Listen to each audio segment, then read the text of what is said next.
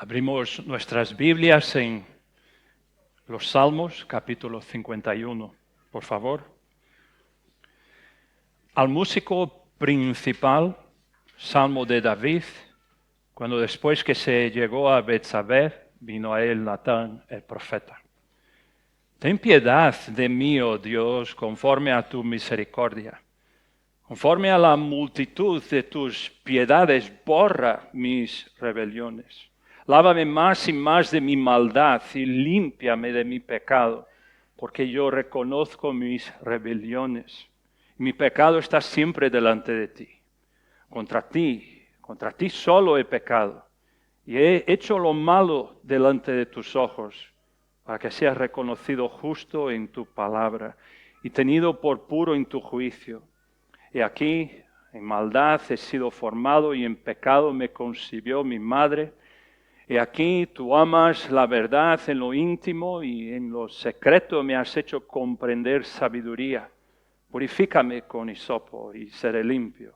Lávame y seré más blanco que la nieve. Hazme oír gozo y alegría y se recrearán los huesos que has abatido.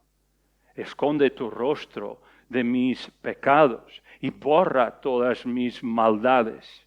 Crea en mí, oh Dios, un corazón limpio y renueva un espíritu recto dentro de mí. No me eches de delante de ti y no quites de mí tu Santo Espíritu. Vuélveme el gozo de tu salvación y espíritu noble me sustente. Entonces enseñaré a los transgresores tus caminos y los pecadores se convertirán a ti. Líbrame de homicidios, oh Dios, Dios de mi salvación. Cantará mi lengua tu justicia. Señor, abre mis labios y publicará mi boca tu alabanza. Porque no quieres sacrificio, que yo lo daría. No quieres holocausto.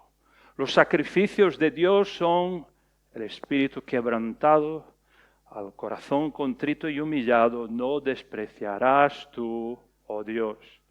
Haz bien con tu benevolencia a Sión, edifica los muros de Jerusalén. Entonces te agradarán los sacrificios de justicia, el holocausto u ofrenda del todo quemada. Entonces ofrecerán becerros sobre tu altar. Hagamos una oración al Señor. Padre Santo, Dios eterno, te pido esta mañana una porción especial de tu gracia, para que haya en todos nosotros, creyentes y no creyentes, arrepentimiento en esta mañana, Señor, según tu voluntad, a través de la exposición de tu palabra, por más débil que sea esta ofrenda que ahora ofrecemos, Señor. Que tú te agrades en traer salvación a este lugar. En nombre de tu Hijo Jesús. Amén. Hoy empezaremos algo así como una miniserie en este Salmo de David, que podrá llegar a ser quizá 4 mensajes, si Dios permite. Esta primera va a ser una introducción a los Salmos en general, pero específicamente el que vamos a estar viendo, ¿no? El 51. Y si os acordáis, espero que sí, no hace tiempo, fue el domingo pasado, Luis está en sus exposiciones a los Efesios, ya ha empezado en el capítulo 4, ¿no? Y como él mismo ha dicho, esa primera parte o sección de Efesios trata de la obra redentora que ya ha hecho Dios por nosotros y cómo Él está en nosotros. Y esa segunda sección entra ya en esa parte práctica, ¿no? A partir del capítulo 4, lo que nos toca a nosotros los creyentes. Y a la luz de todas estas realidades acerca de la salvación que Cristo ha conquistado por nosotros, que el Espíritu Santo está aplicando en nuestras vidas, debemos vivir como vimos la semana pasada, no andar como es digno de acuerdo al llamamiento con el que hemos sido llamados. Y eso es una demanda, se dijo semana pasada, que el apóstol Pablo nos hace. Entonces, como Dios ha hecho todas esas cosas que estamos viendo, estamos ahora capacitados por el Espíritu Santo para vivir vidas que agradan a Dios. Y parte de lo que agrada a Dios es que vivamos en un estado de constante arrepentimiento de nuestros pecados. Como lo dice este mismo Salmo en el versículo 17, que es muy central, un espíritu quebrantado, un corazón contrito y humillado, no despreciarás tú, oh Dios. Ahora bien, teniendo esto en mente, vamos a centrarnos ahora en el libro de los Salmos como un todo, ¿no? Y ya os voy diciendo, hoy iremos un pelín lento, si me permitís, para prepararnos de forma a que las próximas veces podamos profundizar versículo a versículo de este Salmo. Y cuando abrimos en los Salmos, pues ahí estamos entrando justamente al corazón de la adoración de Israel para con Dios. Estos Salmos no son apenas lo que se suele conocer como poesía hebrea antigua, son cánticos inspirados por Dios para conducirnos a nosotros, su pueblo, a que tengamos comunión con Él. Y en el antiguo Israel eran usados principalmente en lo que era el culto en el templo, iba acompañado de esos sacrificios, en esas fiestas solemnes, eran cantados por toda la congregación, o incluso pues estarían ahí también los músicos, cantores que eran designados para servir en ese ámbito, ¿no?, de la música. Y con el tiempo, el pueblo empezó también a cantarlos en sus hogares, en tiempos de angustia, que eran muchos, en viajes largos y peligrosos, y cuando estaban gozosos, pero también en arrepentimiento, porque les ayudaba a expresar delante de Dios esas emociones, ¿no?, esas experiencias más profundas que uno vive. Fue así como esos salmos empezaron a funcionar como una especie de manual, digamos así, de oración, de adoración en la vida diaria. Y luego con el regreso de Israel del exilio babilónico, eso más o menos 537 a.C., posiblemente fue cuando se realizó esta compilación formal del Salterio. Sería como el himnario del pueblo de Dios o algo así. Y lo tenemos en 5 libros. Son, como sabéis, 150 salmos divididos en 5 libros. Y el salmo nuestro de hoy está justamente en el libro 2. Hay del 42 al 72 son los salmos que hacen parte de este libro 2. Y este segundo libro está lleno de oraciones, esos cánticos que surgieron en medio al dolor, la persecución y el clamor del pueblo de Dios. Es un libro donde vais a notar mucho la angustia, y los temas como la angustia y el arrepentimiento están por todas partes. Dicen los estudiosos que el libro 2 ya introduce esta primera colección de los hijos de Coré, de 42 al 49, los salmos, y luego incluye una colección de los salmos de David, que va del 51 al 65, luego 68, 69, y aquí aparecen lo que se llaman encabezamientos históricos. Son esos pequeños títulos que veis ahí, no las letras más grandes, pero esas que a veces aparecen en cursiva. Esos son encabezamientos históricos. En estos en particular, antes del primer versículo, que nos dan un contexto histórico de cuándo fueron escritos esos salmos. Y esta parte está muy conectada podemos percibirlo con nuestro día a día, luchas concretas que todos nosotros enfrentamos diariamente. Y es muy notable también que, aunque estos salmos nacieron en esas situaciones específicas, en esos contextos históricos específicos,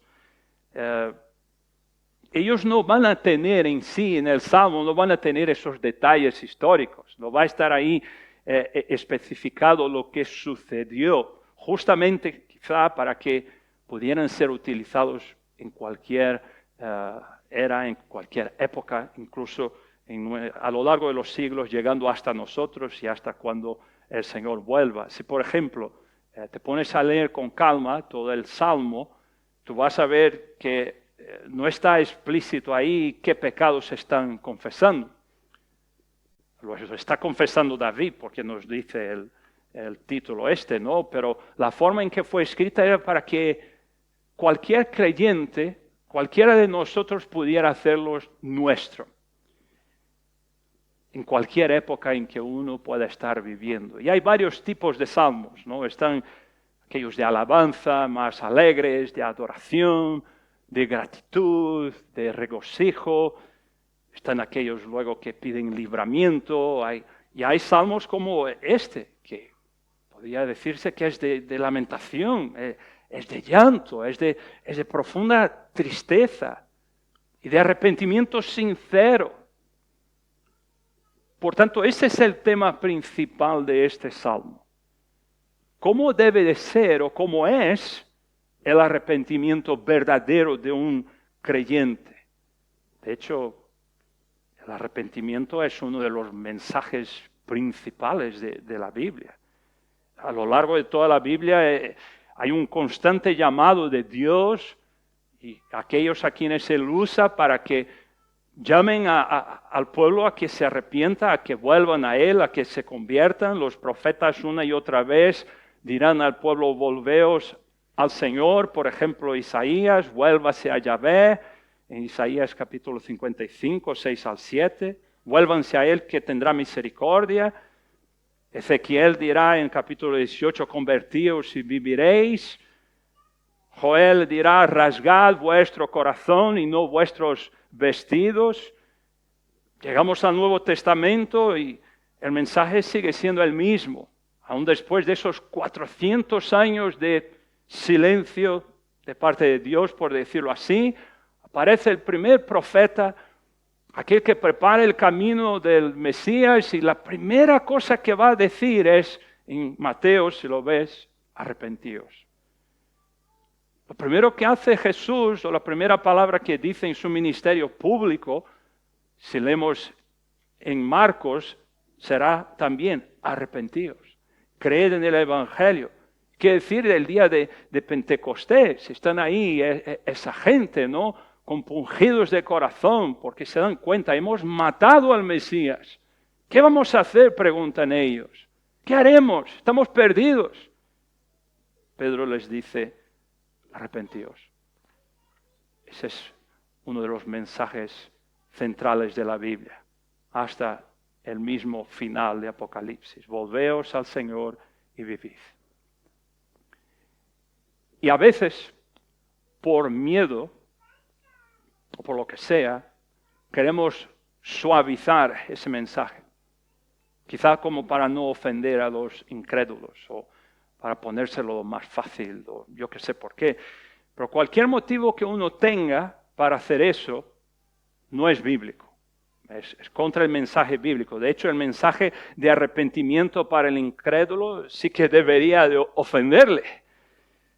Caso contrario, si salimos por ahí, afuera, y nuestro mensaje es simplemente Dios te ama, eres muy especial, eres muy guay, Dios tiene un plan espectacular para tu vida, te quiere así como eres, te está pidiendo una oportunidad, dale una oportunidad a Jesús.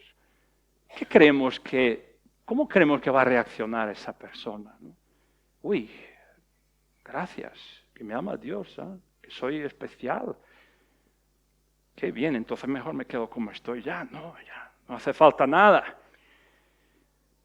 Pero ese no es el diagnóstico espiritual que nos da las Escrituras del ser humano en general. Y a cada 2 por 3 se oye por ahí, yo oigo esa frase que en los últimos años se ha hecho muy popular porque suena bien, suena bonita, suena dulce. Los que la dicen quizá piensan que tienen que defenderle a Dios, ¿no? Porque, Dios parece ser muy malo, vamos a intentar hacerle parecer más, más amable y lo que sea. Entonces se han inventado ahí una frasecita, perdona si a alguno no les va a gustar, que hable mal de la frasecita. Dios odia al pecado y no al pecador. O una variación de ella, Dios odia al pecado pero ama al pecador. El problema con eso es que en ningún lugar de la Biblia vemos que Dios envía pecados al infierno. Él envía pecadores. Están ahí las listas de pecados, por ejemplo, la famosa en Apocalipsis y otras partes. Los que son echados al infierno son los que practican tales cosas. No son las cosas practicadas, solo son los pecadores que no se arrepientan de sus pecados y creen en Cristo. Los que no hagan eso son los condenados al infierno. Por eso aprovecho aquí para hacer un llamado a los que no han venido a Cristo.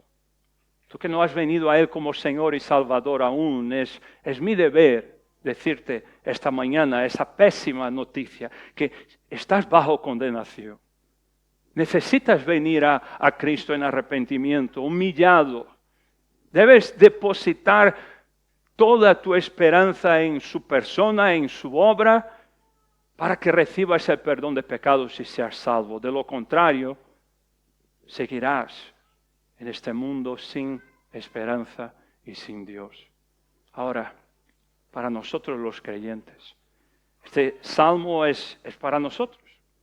Porque si hay algo que tendremos que hacer a lo largo de toda nuestra vida, es vivir una vida de arrepentimiento.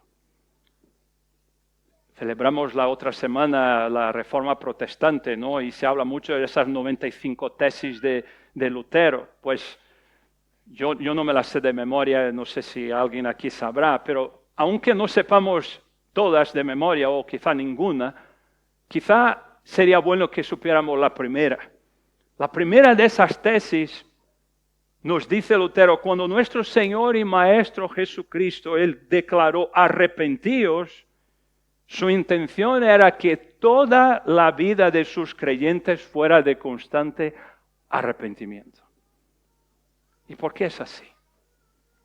Porque incluso después de regenerados, de justificados, de salvados, seguimos siendo pecadores.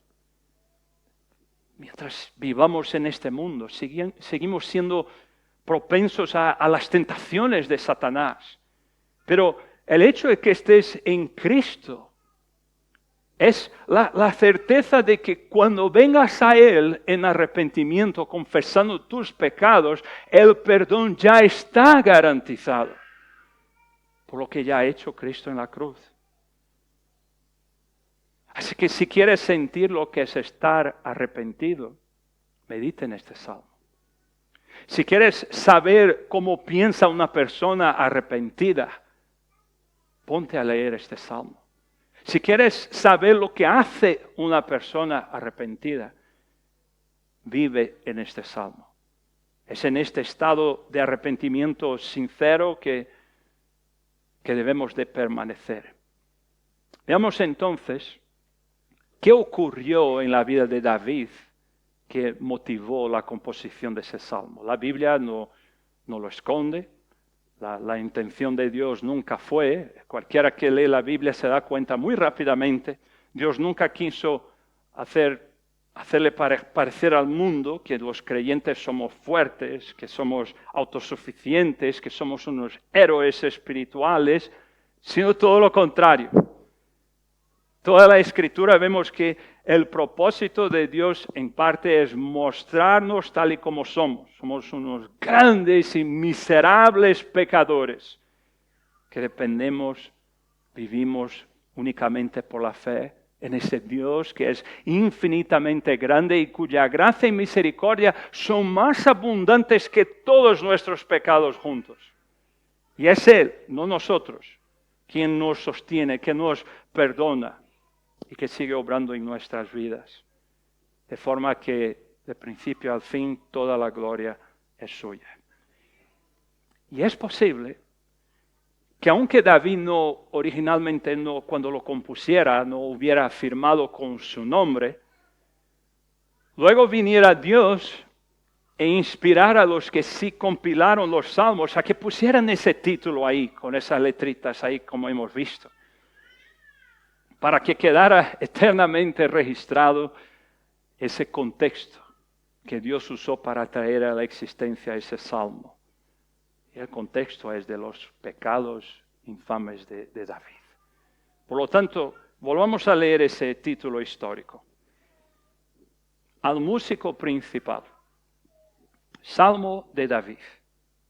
Cuando después que se llegó a Betsabé, vino a él Natán el profeta.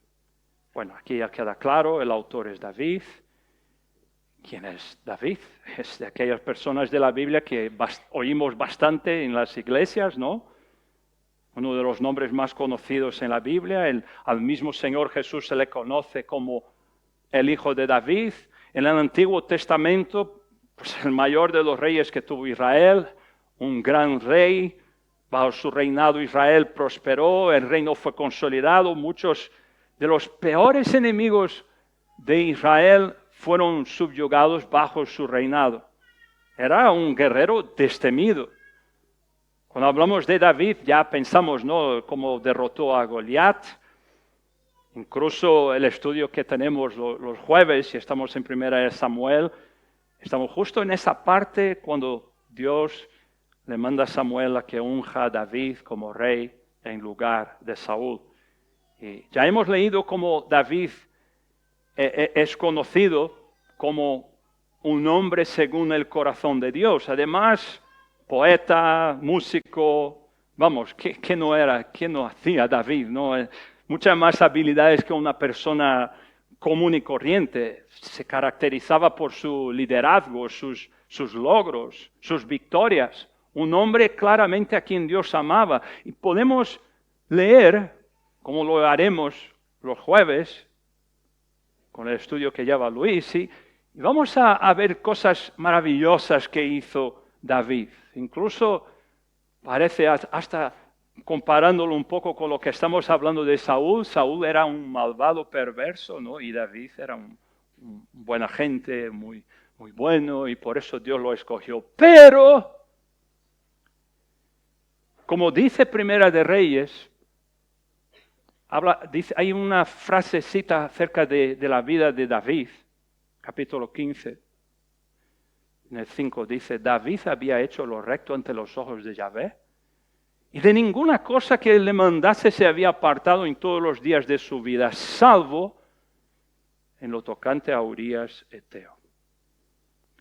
No importa de quién hablemos, amados, el mejor creyente del mundo, el cristiano más santo, siempre tendrá un pero.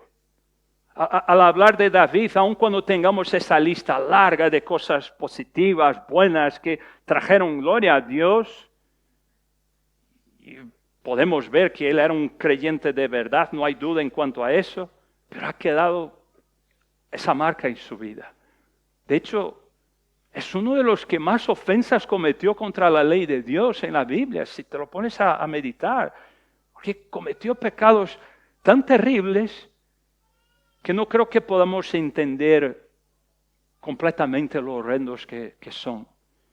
Pero como ya se ha dicho antes, y lo dijo claro el apóstol Pablo, todo lo que está escrito en la Biblia sirve de consuelo para nosotros, de exhortación, para animarnos también. Porque así como ninguna persona, por creyente que sea, es inmune a la caída, no existe pecado alguno que Dios no pueda perdonar. Por eso vamos a leer esta historia, porque es casi como que la inscripción de este salmo nos invita a hacerlo. Y la historia de lo que le pasó está en 2 de Samuel, así que abrid vuestras Biblias ahí, por favor. 2 de Samuel, capítulo 11. Si no tenéis una Biblia, pues a lo mejor levanta la mano que uno de los diáconos podrán darte una Biblia. Es importante que la traigas. Y si la vas a leer en tu móvil, que no pasa nada, no es pecado. Pero mejor déjalo en modo avión para que no te distraigas con otras cosas, ¿no? Pero trae siempre tu Biblia. No voy a leer versículo a versículo de este capítulo, voy a ir así haciendo unas observaciones y me acompañas si eres tan amable. A partir del versículo 1, empieza diciendo que aconteció al año siguiente, en el tiempo que salen los reyes a la guerra, que David envió a Joab y con él a sus siervos y a todo Israel. Pero David se quedó en Jerusalén. Pues ya ahí empezamos. Normalmente, David siempre iba a la batalla, él lo solía hacer, pero esta vez decidió que no lo haría. Después de todo, era el rey, no hacía falta que fuera, podía mandar a que fuera alguien en su lugar y peleara por él, quizá harían el mismo trabajo y quizá aún mejor. Su general Joab era de entera confianza suya, así que no se lo pensó dos veces, sabía que podía darle ese trabajo, que lo haría muy bien. Y ahí está David entonces, paseándose en su palacio. A lo mejor estaría pensando en sus conquistas como rey, tanta victoria que obtuvo Israel bajo su reinado, y empieza a caminar ahí por la casa real. Versículo 2, cuando desde el tejado, ve a una mujer que se está bañando, y era muy hermosa. Luego en el versículo 3 pregunta a algunos acerca de quién era esa mujer. Y ahí le dicen, es Betsabé, la hija de Eliam, mujer de Urías Eteo. Bueno, ahí ya era para que lo dejara, ¿no? Está casada. Eso debería de ser suficiente para que no buscara saber más nada, no te incumbe. Y encima que es esposa de Urías. ¿Quién era Urías? Era uno de los soldados de David, pero no uno cualquiera. Él hace parte, si lees la historia, ya lo iremos viendo también, pero si ves la historia de David cuando no era nadie o no era rey, pues incluso su padre se olvidó de él, ¿no?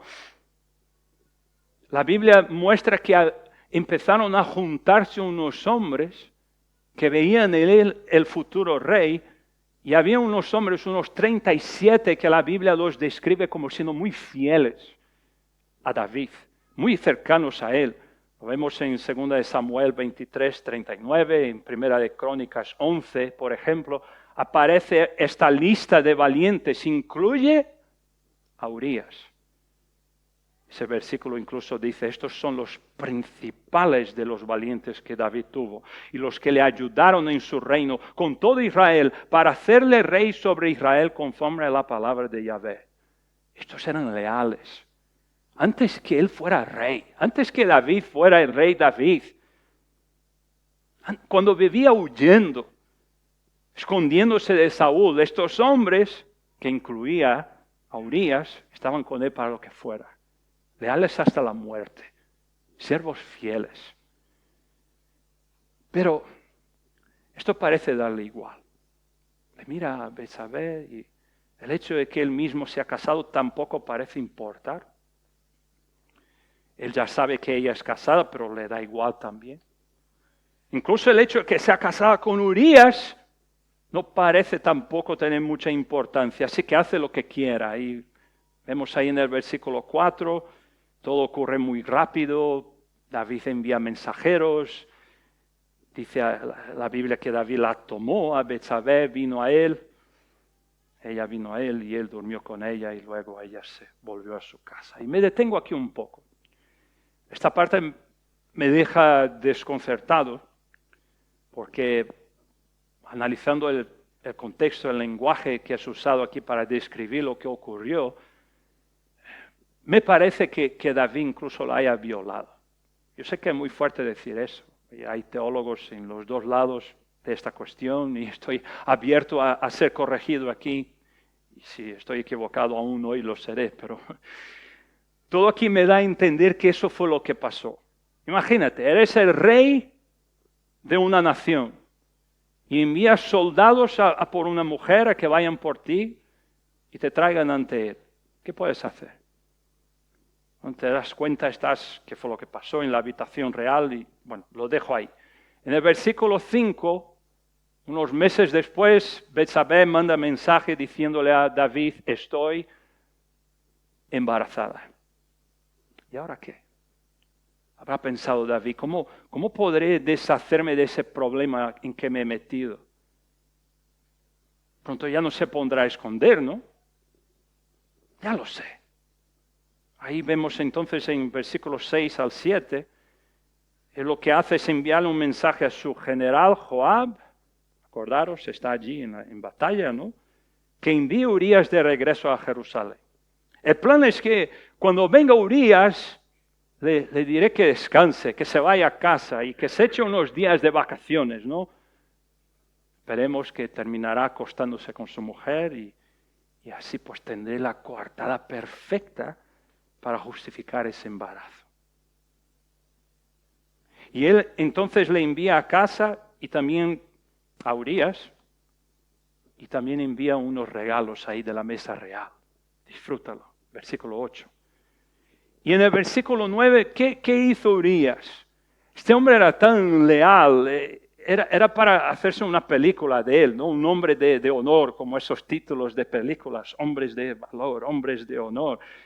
Tenía tanta consideración por los demás soldados, compañeros suyos que están arriesgando su vida ¿no? al frente de batalla, y él se quedó a dormir a la puerta de la casa del rey junto con los demás siervos, no se fue a su casa.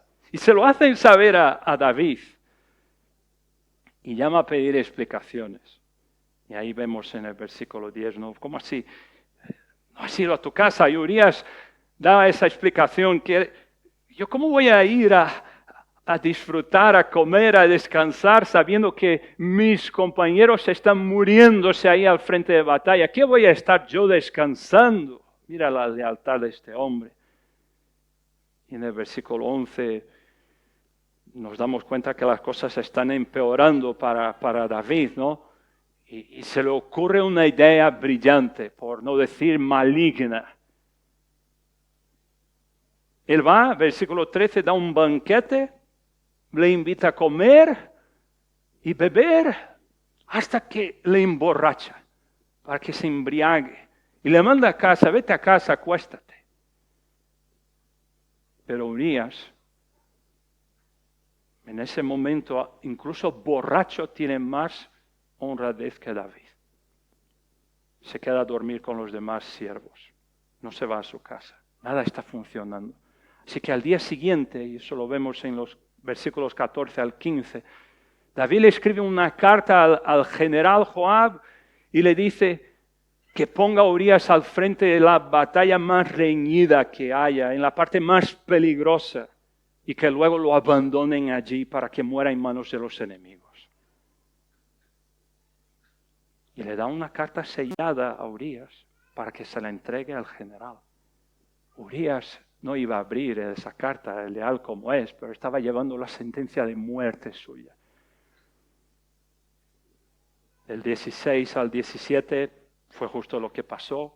Murió Urías, unos cuantos más de los siervos de David, y Joab, que a esta altura yo creo que él ya sabe qué está pasando también, ya está volviéndose ya malicioso también como David, y envía un mensajero a David con las noticias de la guerra y le da instrucciones del 20 al 21. Mira, cuando le cuentes al rey acerca de los asuntos de la guerra, si ves que se enfada porque metimos la pata hasta el fondo, nos acercamos demasiado al muro y perdimos a varios soldados en combate, dile también que entre los muertos estaba su siervo Urías. Joab sabía que David se iba a enojar porque se habían acercado demasiado al muro. Ellos sabían que no se hacía eso. Entonces va el mensajero y se lo cuenta al rey David. Versículos 22 al 24. Y le está contando, y justo como dijo Joab, le está diciendo que se acercaron demasiado al muro y los flecheros mataron a varios de los siervos del rey. Y David está ahí enfadándose ya. ¿Cómo se os ocurre hacer tremenda tontería? ¿No habréis aprendido la lección? Si el otro día una mujer le mató a Abimelech echándole una rueda de molino y le mató, parecéis unos novatos. Pero el mensajero dijo, pero murió tu siervo Urías Eteo. Ah, David. No, vale. No te preocupes. Mira, mándale un mensaje a Joab. Dile que no se preocupe. Estamos en guerra. Es lo que hay. A veces ganas, a veces pierdes, muere uno, muere otro. Anímate, refuerza el ataque contra la ciudad. Sigue adelante. Y luego con esto David va y manda que traigan a Betsabé y la hace su esposa. Y da a luz a un hijo. Versículo 27 va a terminar diciéndonos, esto que David había hecho fue desagradable ante los ojos de Yahvé. Hasta aquí, amados, ¿qué pecados cometió David? Una serie de decisiones premeditadas, abiertamente, pues, quebrantando las leyes de Dios. Cometió adulterio, podemos matizar ahí si lo podemos calificar como una violación, luego intenta encubrir su pecado con otro, ordena el asesinato de Urías, su siervo fiel, uno de los valientes de su ejército, diría que un amigo, ¿no? Un gran amigo, leal, alguien que arriesgaba su vida por él. Si alguien merecía castigo, era David, lo que vemos aquí. David codició lo que no era suyo, adulteró, mató, robó, mintió, dio falso testimonio. Y todo esto lo estuvo haciendo por lo menos 9 meses. Por lo menos. Parecía que estaba saliéndose con la suya. Hasta que Dios le envía un mensajero. Y es el siguiente capítulo. El 12. Yahvé envió a Natán, es un profeta. Lo envió a David y viniendo a él le dijo, aquí David va a contar una parábola, una historia Natán, que David aún no sabe que es acerca de él, pero está dando una historia, ¿no?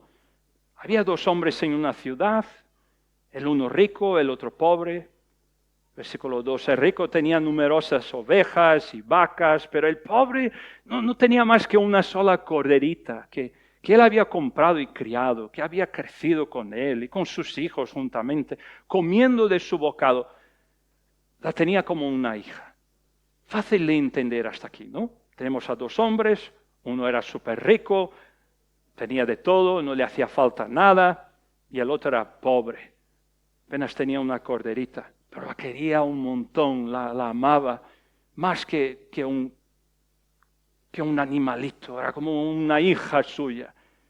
En el versículo 4, y vino uno de camino al hombre rico, y éste no quiso tomar de sus ovejas y de sus vacas para guisar para el caminante que había venido a él, sino que tomó la oveja de aquel hombre pobre y la preparó la mató, para aquel que había venido a él.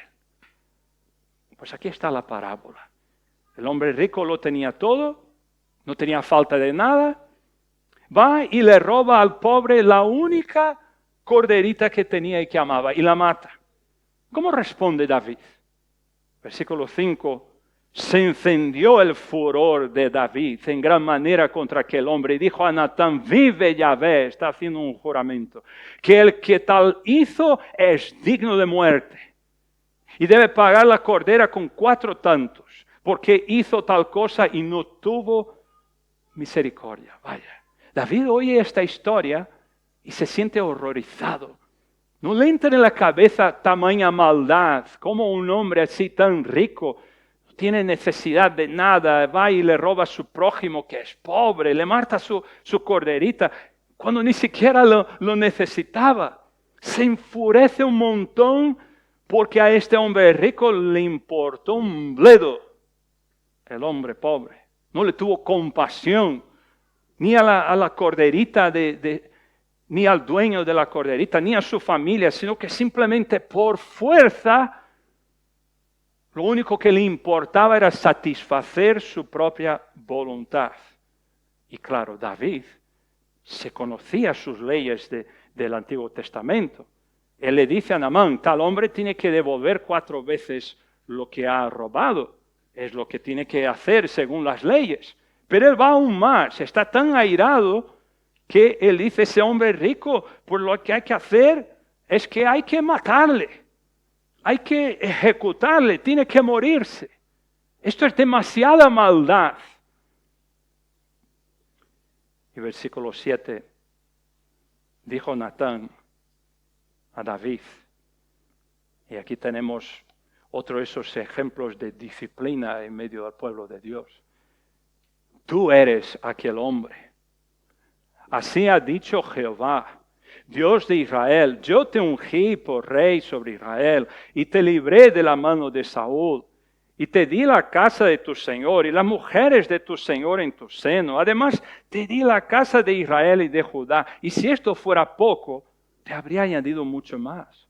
¿Por qué pues tuviste en poco la palabra de Yahvé, haciendo lo malo ante sus ojos? A Urías heteo heriste a espada, tomaste por mujer a su mujer, y a él lo mataste con la espada de los hijos de Amón.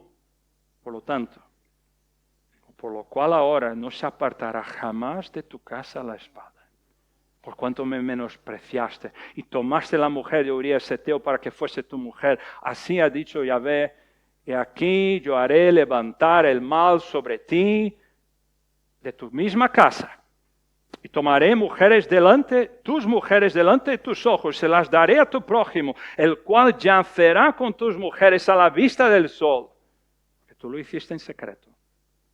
Yo haré esto delante de todo Israel y a pleno sol. David pensaba que todo esto había sido hecho en secreto, jamás saldría a la luz, que lo había escondido muy bien, nadie se enteraría. Pero no apenas fue expuesto, sus pecados fueron expuestos, sino que están aquí registrados. Fueron registrados en las Escrituras para que todos lo supieran. En nuestro caso, para que sepamos qué no hacer, qué ejemplos no seguir, para que uno nunca piense que está siendo creyente tan de pie en su relación con Dios que no puede caer. Nadie es tan demasiado santo como para llegar a un estado espiritual en el que esté inmune a caer en tentación. Pero ahora la pregunta es, ¿cómo responde David?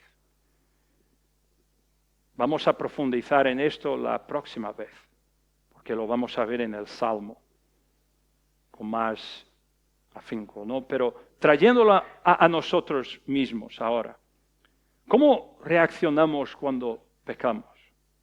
Porque como hemos dicho, este salmo es acerca del arrepentimiento verdadero de un creyente. Pero muy, muy a menudo, cuando pecamos, nosotros todos, y somos confrontados por el pecado, ¿qué es lo que suele pasar muchas veces? Se nos ocurren muchas formas de intentar excusarlo. Tenemos excusas del por qué lo hicimos, podemos encontrar maneras de hacer parecer que lo que hicimos no fue tan malo como parece, tengo mis motivos. Fue un momento de debilidad. David, por ejemplo, no lo hizo, lo veremos la otra vez, pero podría haber dicho algo del tipo, tampoco es que ese día hubiera salido ahí al palacio a buscarme problemas, a buscar pecados que cometer. Tampoco había pensado que ese día iba a mandar matarle a Urías. No desperté esa mañana pensando voy a traicionar a mis esposas, no, eso ya es para otro día, con la esposa de otro. No fue mi intención estropear el matrimonio de nadie, no salí ese día pensando tendré que cargármelo a Urías. Simplemente sucedió. Es lo que suele pasar, ¿no? Es lo que hay, dirían muchos. Entonces, Es posible que antes de que fuera confrontado David, estuviera pensando estas cosas. Porque si uno se deja, amados, uno puede llegar a acostumbrarse a pecar. Pecas la primera vez, no hay arrepentimiento, no lo confiesas a Dios. Sí, te hiere, te duele, te molesta, te incomoda. Pero si lo dejas como está, pues eso va a llamar a que peques nuevamente. Y tú vas siendo más así permisivo con el pecado. Ya la segunda vez quizá ya no hiere tanto. Y tú lo vas dejando. Y se va acumulando. Y uno, si quiere, puede encontrar excusas para todo, ¿verdad? Somos los mejores en encontrar excusas, razones para pecar. Y Satanás siempre está ahí para echar mano, ¿no? Una manito ahí. Si quieres excusas para pecar, Él te las va a dar. Él te va a tentar a que peques, te dirá no pasa nada, luego serás perdonado. O para aquellos que creen en esa gracia barata, no, ya te ha perdonado de todo, tú estás perdonado por los pecados que vayas a cometer si eres creyente, así que no pasa nada, entrégate de lleno al pecado. Y luego cuando caes en pecado, el mismo Satanás, el que te hizo tentar, te tentó y tú caíste, el tentador ahora hace de acusador. Y te hace pensar que ya no hay salida ahora, estás perdido. No hay vuelta atrás. Y David estuvo escondiendo todo esto por lo menos 9 meses. Pero lo podemos ver en David. Está fácil verlo. Pero lo vemos en nosotros. Lo ves en ti. ¿Te das cuenta que no soy distinto de David en estos casos? Somos igualitos en nuestra naturaleza, en nuestro corazón. Somos capaces de esos actos. Aún peores, si el Señor no nos restringe, no está limitado a David, porque es justamente el diagnóstico que da las Escrituras acerca de nuestra naturaleza.